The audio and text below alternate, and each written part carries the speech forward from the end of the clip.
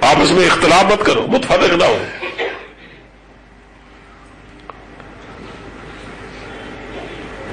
مدینہ کے لوگ چونکہ اختلافات کے جہنم میں رہ چکے تھے اور انہیں خوب اندازہ تھا کہ جس زندگی میں اختلاف ہو یا جس قوم میں اختلاف پایا جاتا ہو، جہاں میں تفرقے پائے جاتے ہو، وہ کتنے بڑے عذاب کا شکار ہوتی ہے۔ اور وہ جانتے تھے کہ اللہ نے اس لحاظ سے ہم پر کتنا بڑا احسان کیا ہے، چنانچہ اسی احسان کو یاد دلایا اور قیامت تک آنے والے مسلمانوں کو اس کا احساس دیا ہے کہ دیکھو اللہ کا سب سے بڑا احسان یہ تھا کہ وہ لوگ بالکل تباہی کے کنارے پہنچے ہوئے تھے، اللہ نے ان میں یکجائی پیدا کر کے، ان میں ایک وحدت پیدا کر کے ان کو تباہی سے بچا لیا۔ اس احسان کا ذکر کرتے فرمایا وَاذْكُرُوا نِعْمَتَ اللَّهِ عَلَيْكُمْ، لوگوں یاد کرو اللہ کے احسان کو جو تم پر ہوا، اذ کنتم اعداء، جبکہ تم دشمن تھے، فألف بین قلوبکم، پس نے تمہارے دلوں میں الفت ڈال دی، فاصبحتم بنعمتہ اخوانا، اور تم اس کے احسان سے بھائی بھائی ہو گئے۔ یہ اتنا بڑا کرم ہے عربوں پر اللہ کا جس کی کوئی انتہا نہیں ہے۔ بلکہ دوسری جگہ فرمایا ہے کہ اگر تم دنیا زمین کے سارے خزانے بھی ان کو ایک کرنے کے لیے خرچ کر ڈالتے نا تو تم نہیں کر سکتے تھے اگر اللہ کو منظور نہ ہوتا تھا۔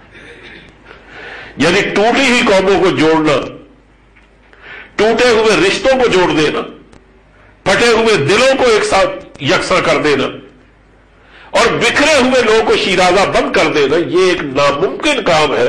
جو یہ کر گزرے یوں سمجھے اس سے بڑا کام اور کوئی نہیں ہے۔ اور ظاہر قوم بنتی تب ہے جب ان میں شیرازہ بندی ہو، جب ان کے ذاتی مفادات اجتماعی مقاصد پر قربان ہونے لگے تو تب وہ راستہ نکلتا ہے وحدت کا۔ اور اگر ان کی ایک ایک نسبت آپس میں پختہ ہو کر دوسرے ٹکرانے لگے تو یقین جانیے بظاہر وہ وحدت ہوتی ہے، لیکن ایسی وحدتیں دوسرے وحدتوں سے ٹکرا کر تباہی کا باعث بنتی ہے۔ مثلا دیکھیں نا، ایک اردو بولتا دوسرا پنجابی، وہ اپنی قومیت کی بنیاد رکھتا ہے اردو کو یا قومیت کی بنیاد رکھتا ہے پنجابی کو، دونوں ایک ایک بنیاد رکھتے ہیں، یہ ہے وحدت ان کی۔ اور وحدت کی بنیاد کیا ہے؟ زبان۔ اب بظاہر ان کے درمیان ہم آہنگی کی ایک صورت ہے، لیکن یقین جانو یہ ہم آہنگی کی صورت ایسی ہے جو کبھی ان کو ایک نہیں ہونے دے گی۔ ایسے کو اردو پنجابی سے نہیں بدلے گی، پنجابی اردو سے نہیں بدلے گی۔ یا کوئی آدمی یہ کہتا ہے کہ میں تو ہوں سندھو دیش کا، دوسرا کہتا ہے میں تو ہوں پنجابی۔ اب جو پنجاب میں پیدا ہوا وہ سندھی نہیں ہو سکتا، سندھ میں پیدا ہوا تو پنجابی نہیں ہو سکتا۔ یہ دونوں وحدتیں آپس میں ہمیشہ لڑتی رہے گی اور لڑاتی رہے گی، ان میں یکجائی کی اور ہم آہنگی کی کوئی صورت ممکن نہیں۔ اگر وحدت کی کوئی صورت ممکن ہو سکتی ہے نا تو یقین جانو وہ وحدت ہے جو ان سب سے اوپر ہو، سب سے بالا ہو۔ نہ زبان بدل سکتی ہے، نہ رنگ بدل سکتا ہے، نہ نسب بدل سکتا ہے، نہ جغرافیہ بدل سکتا ہے۔ جہاں جو پیدا ہو گیا اب اس کی تقدیر کو نہیں بدلا جا سکتا۔ ہاں ان کے لیے کوئی وحدت اگر دی جا سکتی ہے جو اپنے اختیار میں ہے کہ جو چاہے اس کو اختیار کر لو، وہ ہے مذہب کی وحدت، کہ تم رہو حبشہ کے، تم رہو شام کے، تم رہو عراق کے، تم کالے رہو، تم گورے رہو، تم پیلے رہو، جو بھی ہو رہو، لیکن صرف یہ مان لو کہ اللہ اور رسول کا میں فرمانبردار ہوں، میں مسلمان ہوں۔ یہ مسلمان ہونے کے بعد تمہیں ایک وحدت ملے گی۔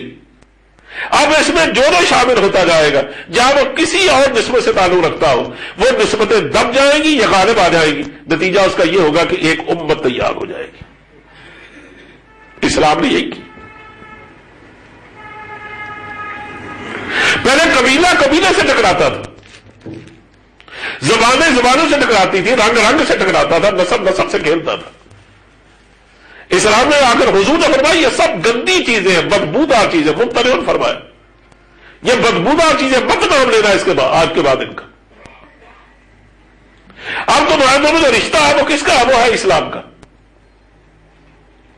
جنگ بدر میں قیدیوں کے حالات دیکھنے کے لیے علم بردار اسلام جو تھے مصعب بن عمیر وہ نکلے، ایک جگہ جا کے دیکھا کہ ان کے بھائی کو باندھا جا رہا، ان کا بھائی بھی گرفتار ہوا